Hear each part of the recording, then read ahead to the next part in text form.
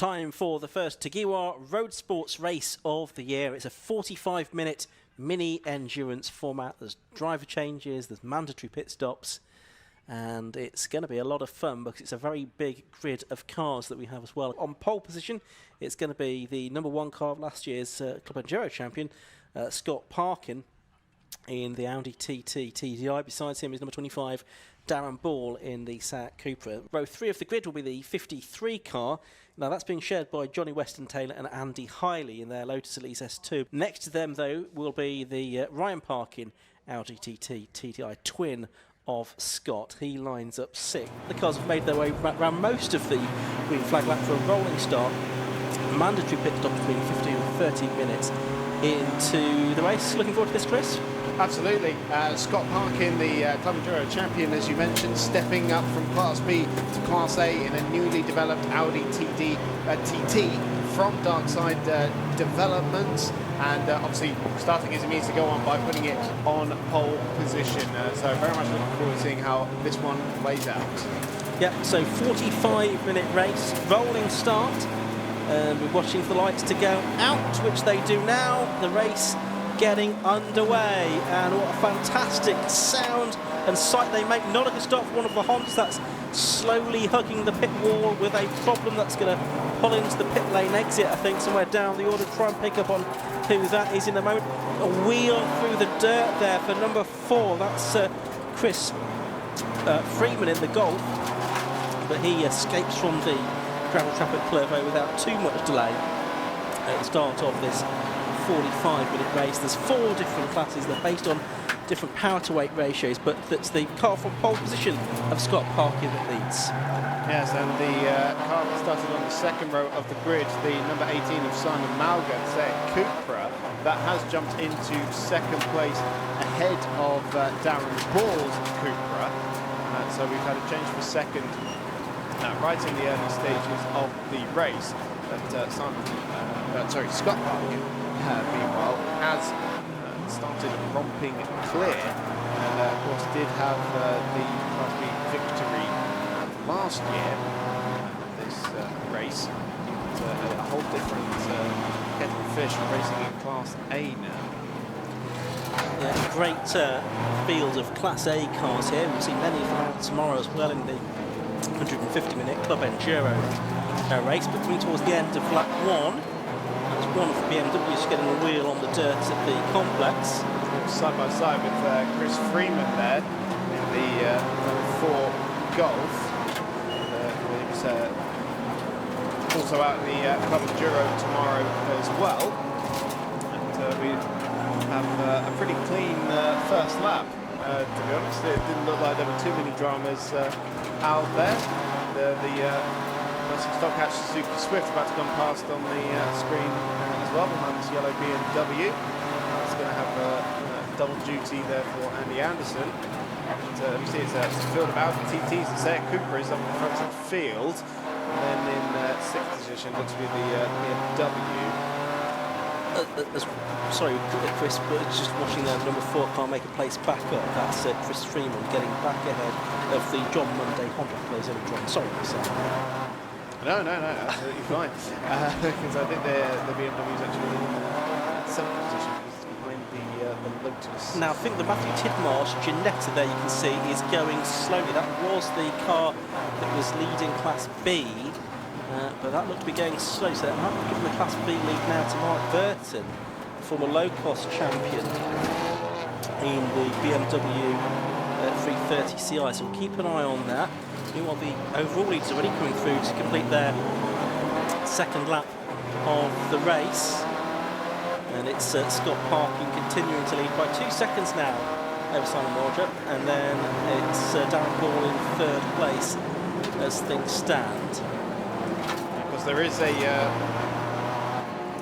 mandatory pit stop to take as well, so if you've got 2 drivers in the lineup, that's where they'll do the driver change. If you're running solo, then you just have to sit in the car for a little bit. But yeah, Scott Parkin put on that gap to 2 seconds, and already say quite flirting with the lap record just yet, but for what was the first flying lap, let's say, of the race, So it's only 6 tenths away from Dan Sylvester's lap record of 1:28.08 set last year. Dan Sylvester was a man of talents last year, competing in just about every different type of championship this club had to offer. Hot patch and R2s, amongst other things. During the course of last year with some success as well. Quite a bit. So certainly a good driver. Now here is the number 14 car, which is Monday, and just behind is the Tom Stanway car, self-built 1997 328 by this. It is I think 4th season of racing. A multi-skilled tradesman from Derby is taking a very good fight here to that 14 car of John Monday. Now that's battle for 4th in Class B.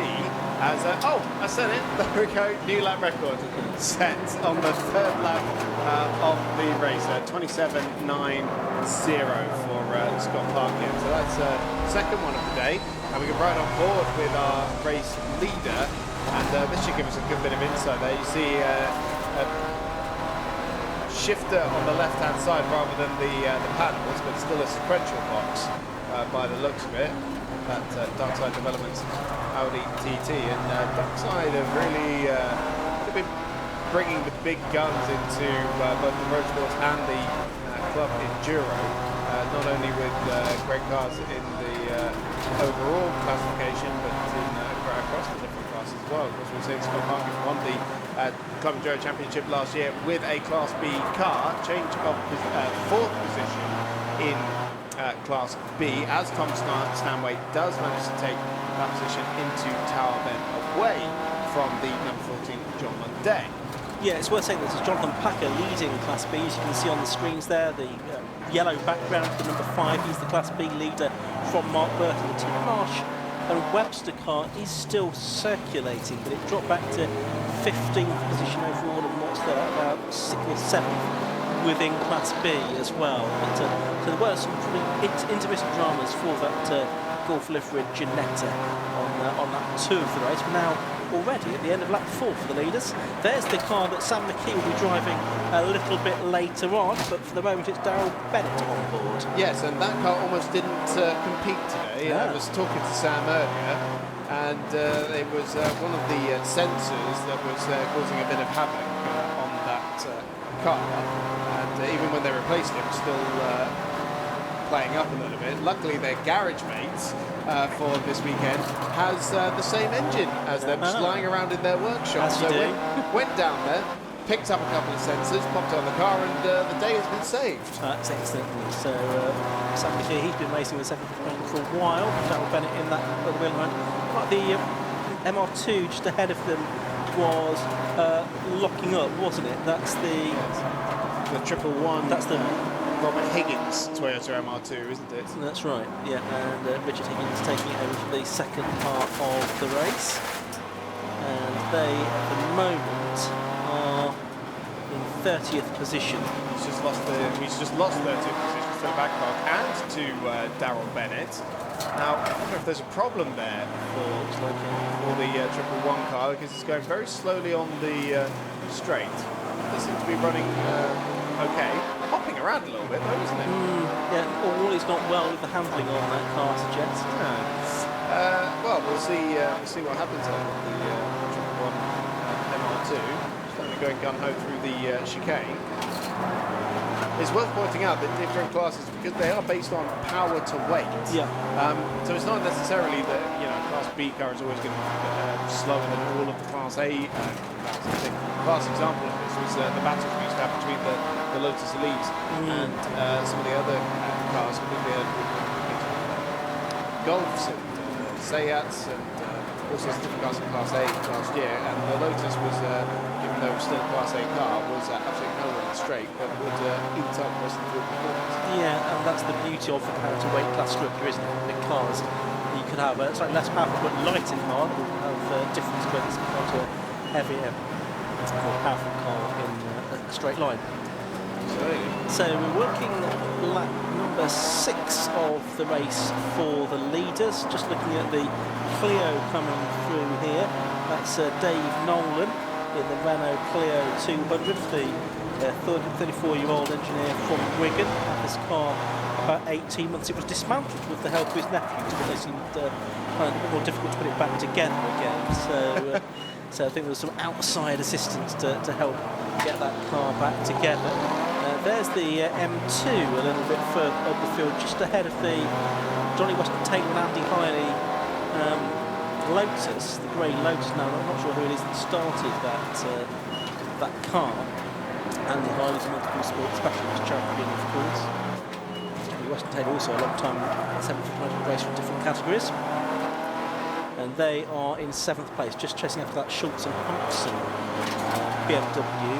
And it was Andy Schultz, the quick of the two drivers that started that car. And it was a changing car from the M3 that he and Matthew Hampton have raced in previous seasons for quite a few years with the 750 race car.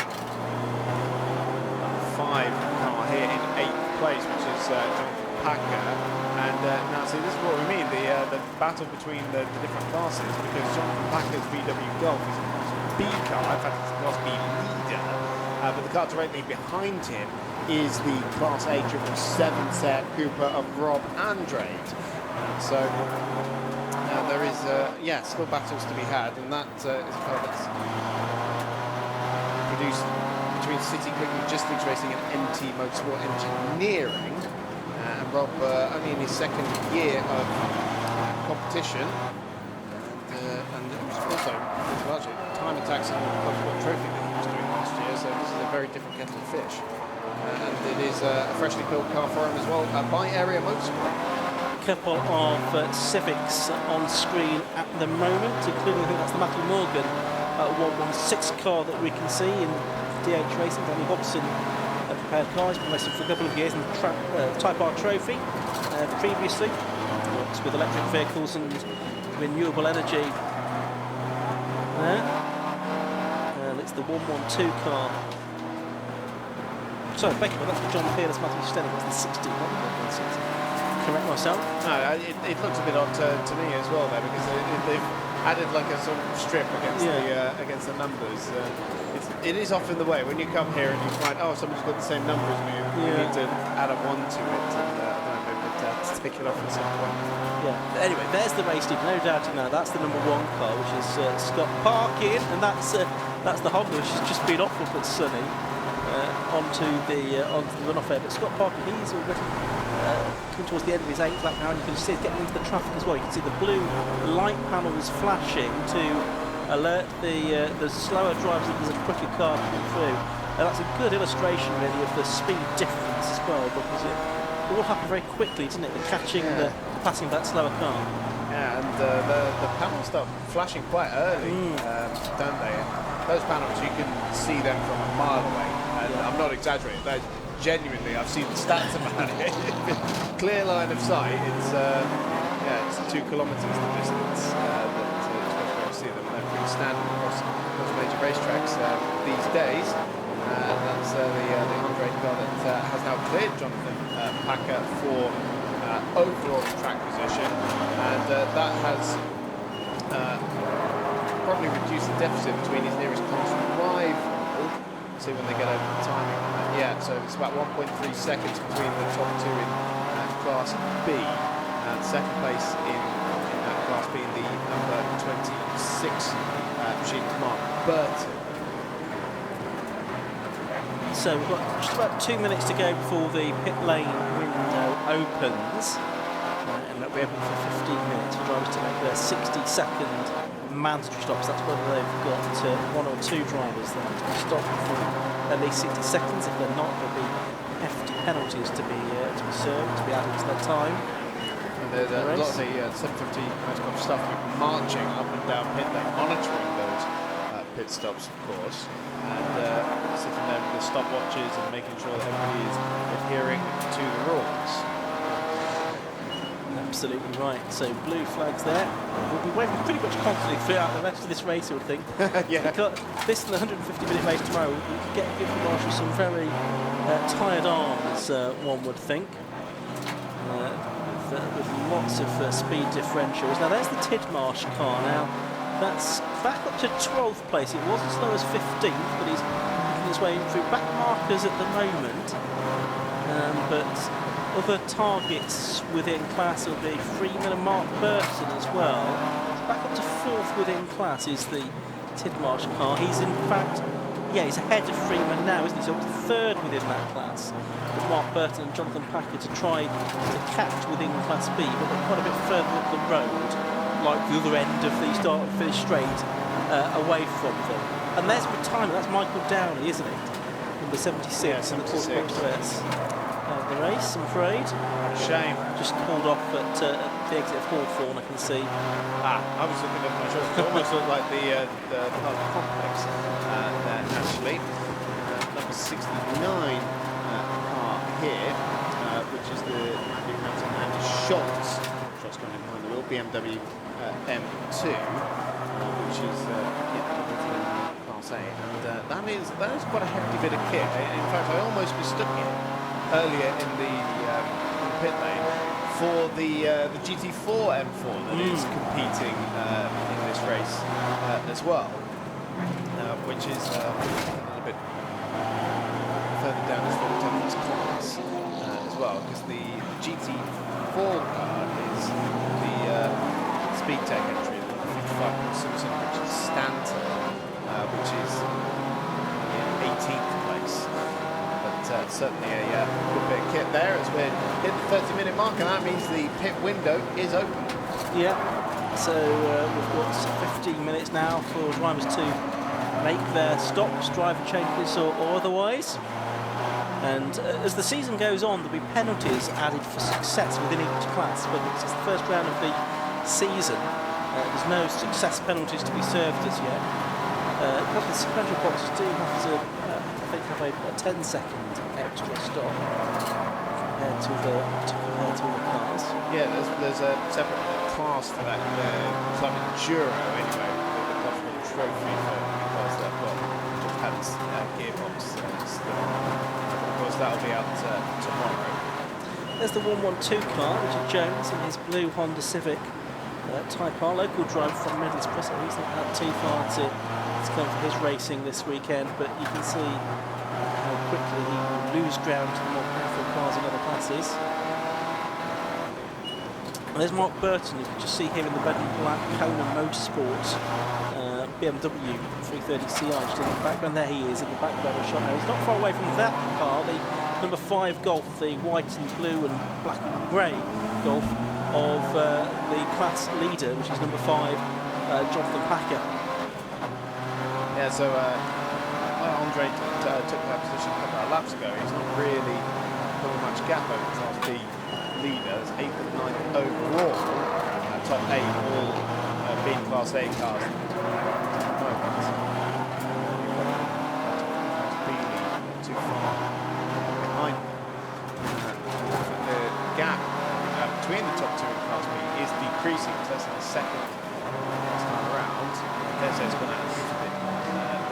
It's closer to 2 seconds now, and that's traffic management, isn't it? First of the cars into the pit lane that I've seen is number 7, which is the Jez Banks Daniel Perry Ginetta G4 to GT5, and so that's going to be a driver change. Daniel Perry will take over that car. That car was in 26th position before it came into pits, and 7th within Class C. There's Jonathan Packer, still our Class B leader then. He's got that back mark between himself and Mark Burton, former low-class champion, M2 class champion last year in the BMW Car Club Racing Championship. There's Burton now, Club Racing UK ambassador as well. He's picking his way past the number 71 Morgan and James Cleesby MR2, the Falcons Enduro from Sutton Coldfield. Hot knife through butter through Barcroft and Sonny in there, wasn't he? So he's slicing his way through the field. See again the battle for 8th and 9th overall, and Jonathan Packer is still closing in. The car behind them, which is 26, is second in Class B, so that gap's come back down again. It was 2 seconds a lap ago. It's halved now. And yeah, again, traffic management so key in all of that. So it's 1.3 seconds now. As the second car to come in is the number 71 Morgan Cleesby Toyota MR2 Roadster, as the number 7 Netto is just making its way back out onto the circuit. Here is the stop for the 71. Yeah, it's going to be James Cleesby, the son, getting in. His dad out to the car. I wonder if they're showing a timer there on that phone on the right-hand side. I don't think it's TikTok. Probably. No, it'll be a timer just so James can see how long stationary they have been. If that is TikTok, that is the ultimate video split where you've got a little game playing at the bottom of it and the actual video playing at the top half of the screen. Quick generation these days. I'm just going to quickly run down the order before we get too deep in the pit stops. At the circuit, number 1 is Stephen just got parking. Number 18, Simon Morton. Second, number 18. Third, 25, Darren Roll. Fourth, number 6, Ryan Parkin. Fifth, 221, which is the Brow Seat. Sixth, number 69, the Schultz BMW. Class B being led by number 1, Jonathan Packard from 26, Mark Burton and 8, Chip Marsh. Class C being led by number 1, Samuel Dennis from number 2, Matthew Morgan, and number 150, which is the Andy Stevens Mini Cooper, and Class D being led by the Ascot. 25 minutes to go in this race, and still another 10 minutes of the pit window. Yeah, that Class D leads the Ascot might bring an end to Ivan Mayr's Class D winning streak, which has been the last 3 races: Snetterton, Brands, Indy, and Donington. So yeah, it could be a change of the arms there. There's our Class C leader, which is 195 Samuel Dennis in the Honda Civic Type R Motorsport prepared car, and he is about 13 or 14 seconds clear of the next car, and a bit more than that over the next car within his class, which is Matthew Morgan. So Samuel Dennis, quite a convincing running Class C. He's another driver that we've seen in Type R Trophy over the past couple of seasons. Opting to go the endurance racing route for this season, the 195 car. You would, wouldn't you? It's just great value for money, isn't it? This and the Club Enduro is probably the best value for money motorsport you get in the UK. This one is Seats coming in, the bright yellow Williams car, number 25, Dan Ball. Here's the 82 car, Ben Williams already in his Cupra. That's I think we'll see that out in Club Enduro as well, on shared with tomorrow, but it's just Ben Williams going solo today in that Capture Motorsport machine. And the pit lane starting to feel a little bit busier.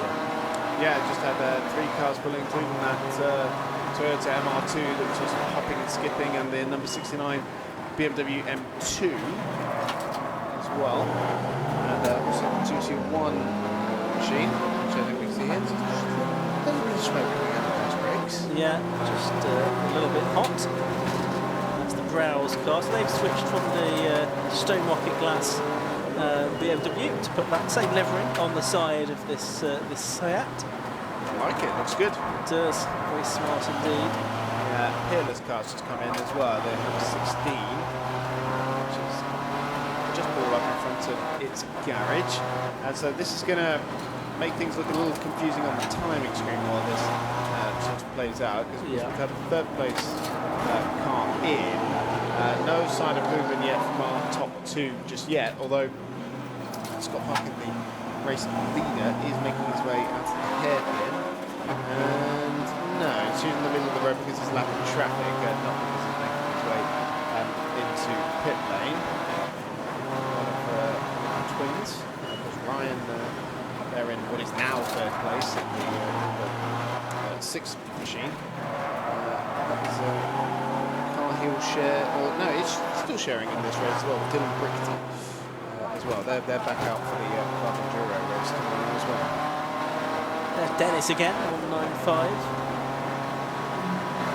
And making his way down the straight, passing it was Ivan Mayers, who was lapping actually in the BMW.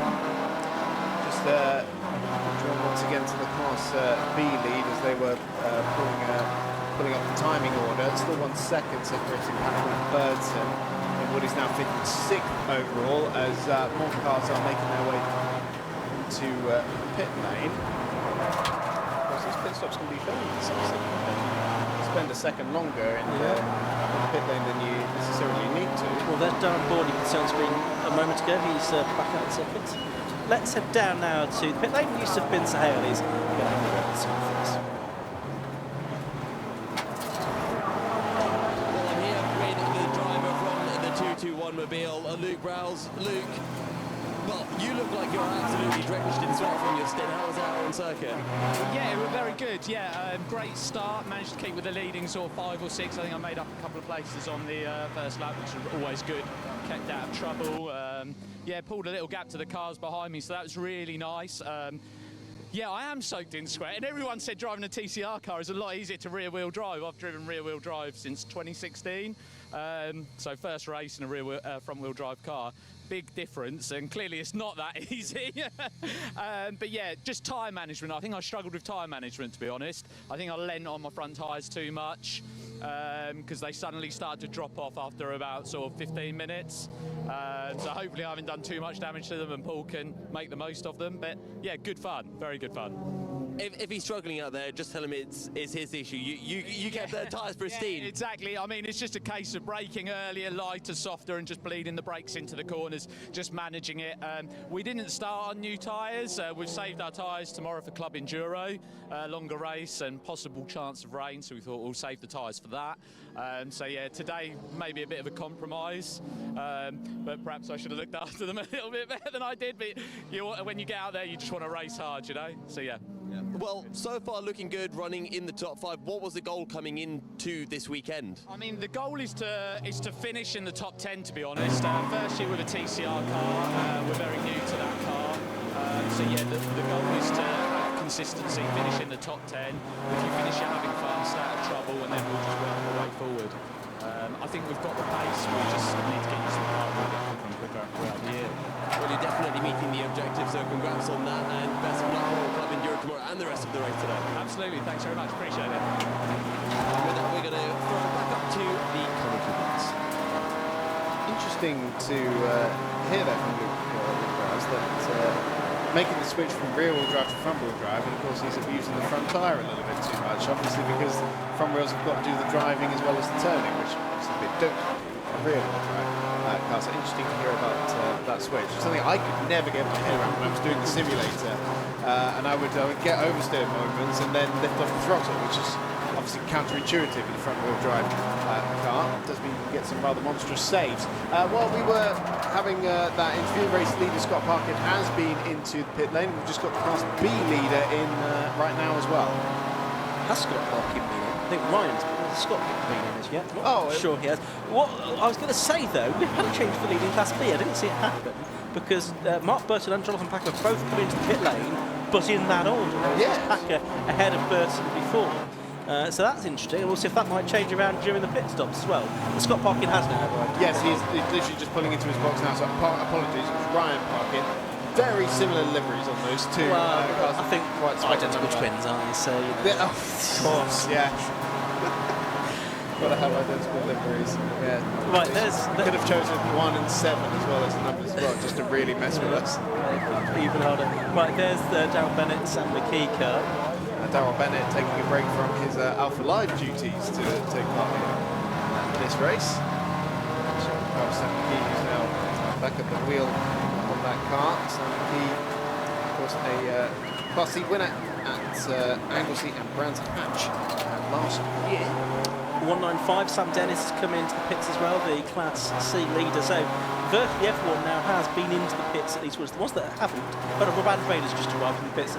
I was about to say that he had. So there's only a couple and none of the top 15 now that have yet to appear in pit lane at some point during this race. So just to there's only 2 minutes left before the pit lane window closes. Yes, I'll give you a solid rundown. Yet to see. I was literally about to read the 116 Matthew Morgan, and before the word was even out of my mouth, he was in the pit lane. So that leaves only 2 left, and that is the 73 Class C car of David Nolan and the 316 Class C car of Ivan Metz. Yeah, well, I can see Nolan, he's about to come into the complex, so if he doesn't come in this time, then he's going to miss the, I was going to say miss the boat, it's the pit stop window. Yes. Because there's only 1 minute 20 seconds before the pit window closes. And yeah, here he comes into the pit lane. So I hadn't quite caught that Mez actually racing a Class C car until I read it out just now. So of course his winning streak across these two to an end anyways. There is, we saw a moment ago on the screen that Scott Parkin runs back out into the race. Give it another lap. Things down. I'll give you another rundown of the order, such that it is. Rob Andre just going back out into the race, having made his stop in the 777 car. He's done some sprinting, some time attack as well. So there is the 6th car, that's Ryan Parkin. Yes, currently in 4th position in the second of the 2 Darkside development Audi TTs. And, well, it says 47 minute 47 second on the race leader, but I still think that's got to shake out. Yeah. A little bit. Only, well, pit stop window hasn't technically shut yet, No, it's not. so we won't get that probably the next lap. Yeah, the program says that he was due to be showing Dylan Brichter, but the Thomas Green suggests it's just Ryan Parkin going solo in this race. That's the grid also said that as well. Yes, that's what I was thinking as well. Yeah. But yeah, it does look like he's going to be in that car himself. The yellow sign from the pit wall there saying the pit window is closed now, so drivers can't make their stops anymore. Well, they can, but it will be aged to it and a large penalty added to their time. As they're in the pits can still get out again, including Ivan Mares. So he left it right at the last possible moment, didn't he, to get out there? Great enthusiast is Ivor, sometime Formula Ford racer as well, and a provider of snacks to commentators occasionally. Yeah. Where's he went today? No, I was going to say maybe tomorrow. Maybe tomorrow, Chris. We can but hope. Okay. Hope the team's listening, because that's a massive hit. Yeah. You didn't pick it up. Yes, that's snacks to the commentators, please. Right. So Ryan Parkin there. Ryan Parkin up in 2nd place now, according to the timing screen after the pit stops have shaken out. And yeah, as we said, much closer to his teammate than the timing screen instigated. The gap is 13 seconds. Yeah, so, I mean, and the change there is that Ryan Parkin did get ahead of a couple of cars in Simon Morger and Darren Bull. So it's got Parkin in 1 that leads, number 6 Ryan Parkin in 2nd, 18 Simon Morger 3rd, Darren Bull in 25 is 4th. Mark Burton does now definitively lead in Class B in number 26 in his BMW. He's got Rob Andre in 777 behind him. 7th and 2nd in Class B is number 5 Jonathan Packer. 8th and 3rd in Class B is number 9, which is now Chris Webster in that car. 9th is 221, which is Paul Brown's father complete, a few months ago. And on the top 10 is number 82 Ben Williams in his Seat. Class C is still being led by Samuel Dennis from Matthew Morgan, and the 112 car of Richard Jones. And Class D, I need to scroll down the timing screen a little to get there, is... It's still the Adcox that lead Class D, I can tell you that. Yeah, it's a bit Matthew now. Matthew will be driving that car now. Matthew with the wheel, and then the number 86 of Andy Anderson in his Suzuki Swift, is 2nd in class. It looks like it's got a sizable gap between the Class D leaders, actually some 30 seconds, so it's looking pretty secure for the Adcox. And then 3rd in class at the moment is the Portuguese in their Toyota MR2 71 machine. Okay, there's Mark Burton, who leads Class B, and he's actually got about 16 seconds over Jonathan Packer. So he got the lead just before the pit stops, and if anything, within the pit stops, he's extended that advantage. You can see he's got the Club Racing sticker on the back. I'm sure there'll be a lot of the Club Racing UK followers and listeners and viewers who are tuning in to watch Mark do very well indeed. Let's head down to the pit lane once again and do stuff.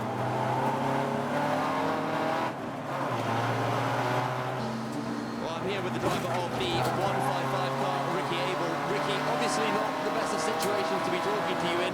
Tell us what's going on with the car. Well, so basically, the Nissan 370Z has a known fault. The oil of gallery gaskets, which are in the front of the engine, they often pop. And although we changed them, they've obviously happened because we just saw a significant drop in the oil pressure, just literally coming down the back straight through tower. As soon as I saw the pressure drop, it dropped by about 30 degrees Celsius in like one straight at that point in time, and it started stuttering. As soon as I saw that happen, it was like, no, that's game over. And annoyingly, we just done the pit stop and we went back out again, so we should have been good to go all the way to the end from there. Is there anything you can do to get it back up and running for a few more laps in this race? No, it's basically we've got to strip the front of the engine off to change those gaskets now.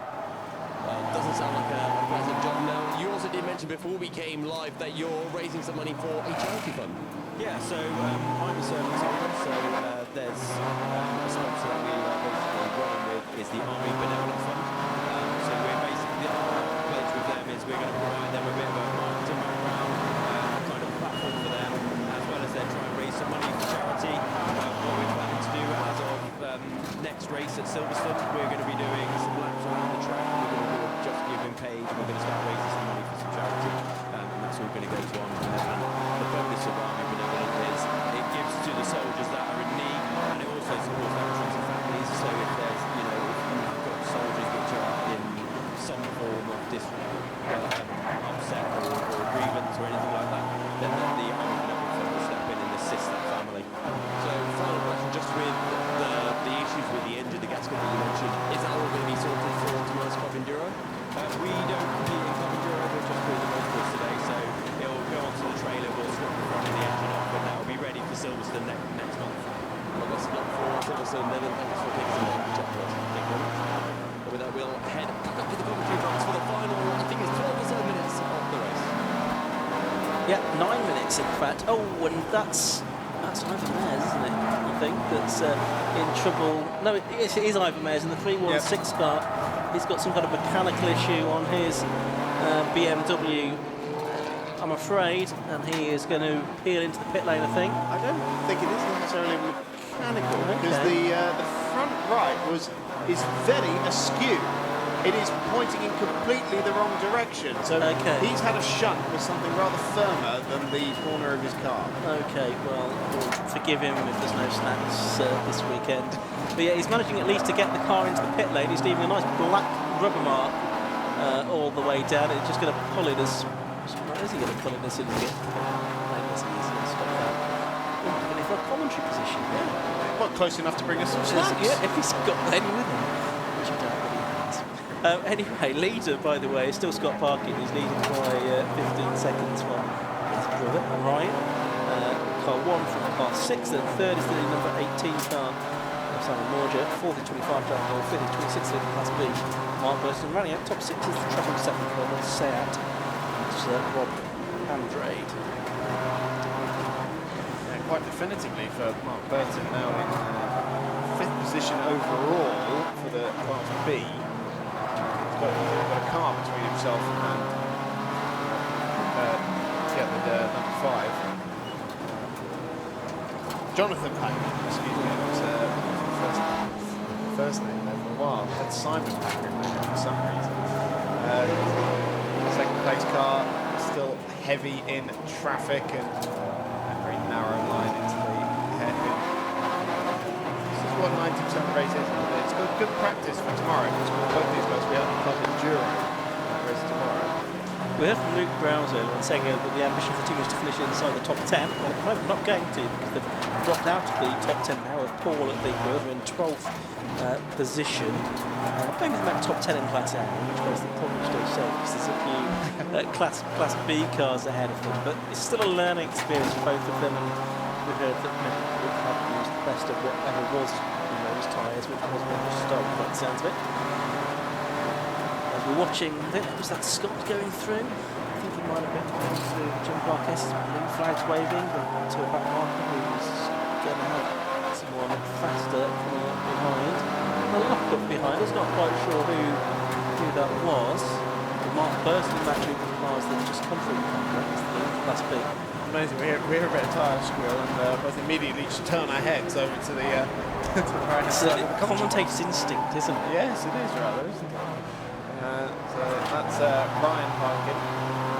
It's, the number 6 car in second place, still making his way through the traffic. His deficit to his twin brother is now at 16 seconds. He's about to come up on the Suzuki Swift, Andy Anderson, and yeah, I must say, that guy had a very good showing in the classic stock catch race, didn't he? It was top 10 on debut. He did. I think Andy was sort of resigned to the fact that he wouldn't be setting the world alight in Roadsports in that very underpowered 1300cc Suzuki Swift, but he did say flipping the sort of happiest last place finisher out there. Well, I'm not sure he's going to be the last place No, he finisher definitely either. isn't, because he's second in Class D. 28th overall, I think. Although, well, actually, that being said, Okay. the cars behind him include Ivan Mares, the Higgins car, the Clinkers car. It's broad veil. Yeah, but he's enjoying himself, and that's the main thing. That's the point. That's what we're all here for. And he's got another 45 minutes of track time under his belt, ready for classic stock catch tomorrow. That may have taken 45 minutes to wear out the tyres, which is another way of looking at it, and of tomorrow's classic stock catch. Ever the race. pessimist in you. Well, you know, that's not empty.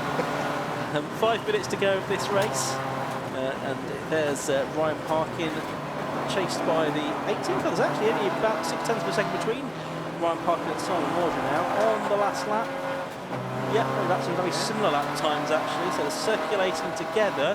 Could yet have a change for second place here. You've got the Audi TT. I think this was a car that competed in the VW Cup, which sounds a little bit odd, doesn't it? But there was a period of time where the Audi TTs were allowed to compete in the VW Cup. I think that's initially where this came from. I think it was a slightly bit car, but that was originally. Darkside have taken it over and prepared it to racing in endurance racing. And then just behind that, as we say, we've got the number 18 car, which is the Cupra.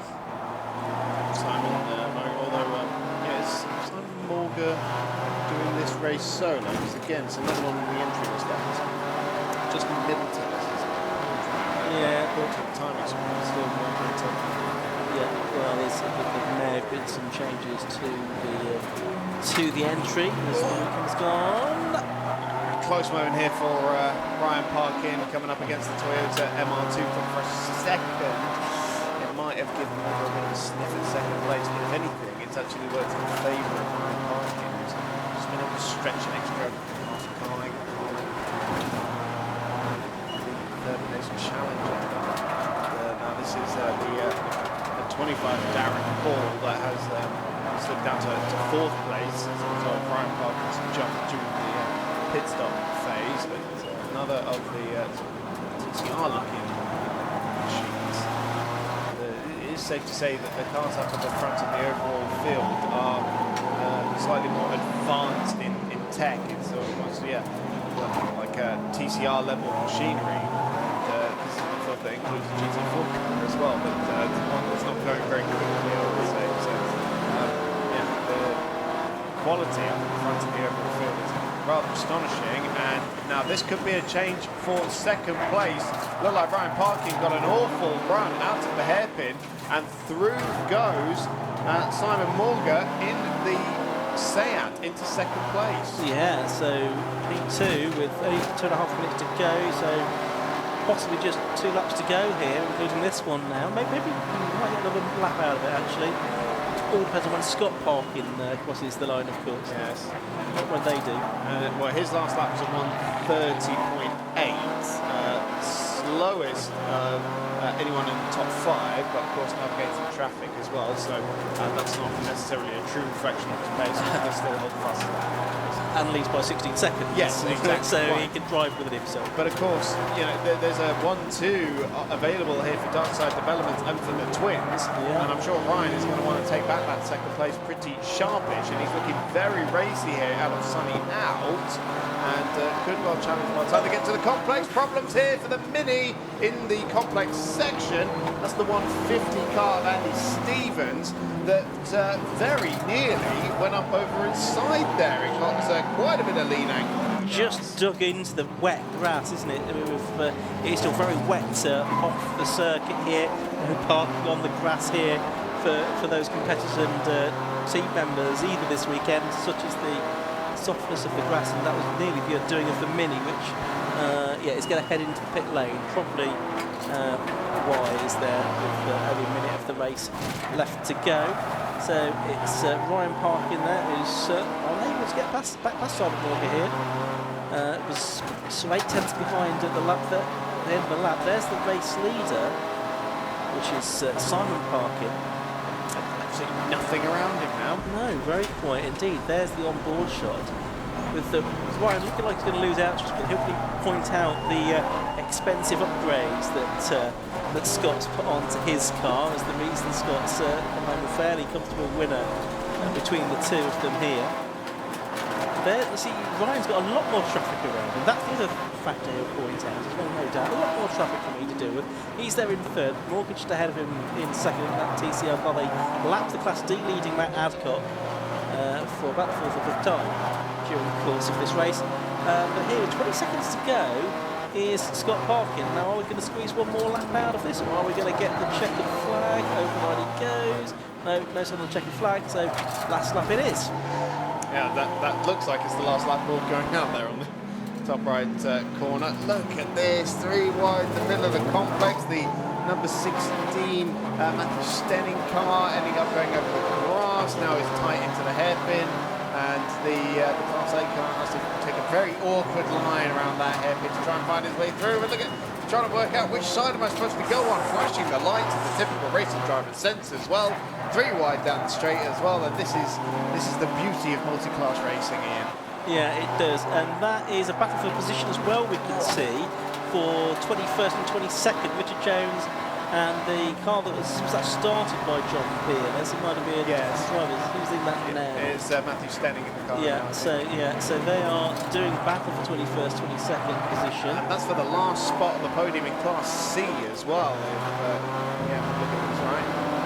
Oh, quite a bit of mud collected in the front right wheel there, and down the inside, Matthew Stenning on the 112 machine, 3rd place in Class C, up for grabs here. It's the older Honda Civic against the newer one. It looked like the 112 was just going to hang on. As the race leader Scott Parkin is into the hairpin for the final time. It's been a pretty faultless drive as far as we've seen. From Scott Parkin up to the line he comes. Checkered flag goes out, and he wins the first TTDI Roadsports Series race of the year by a handsome margin. Just waiting to see who's going to be second. It's very tight indeed. Here, is it going to be Ryan Parkin, Scott's twin, who comes out of it on top? Don't think so. It's just going to be Simon Morgan that holds on by about a car length or 2 from Ryan Parkin. Very tight finish for second place in the end. And it's going to be Darren Ball, 4th across the line in the Dake. Let's have a look at the results then. At the end of that 45-minute race, Scott Parkin it was that took the winning car number 1, 30 laps completed. He finished 16.253 seconds ahead of Simon Morgan in second place, number 18. Third was number 6, Ryan Parkin. 4th, number 25, Darren Ball. 5th, treble 7, Rob Andrade.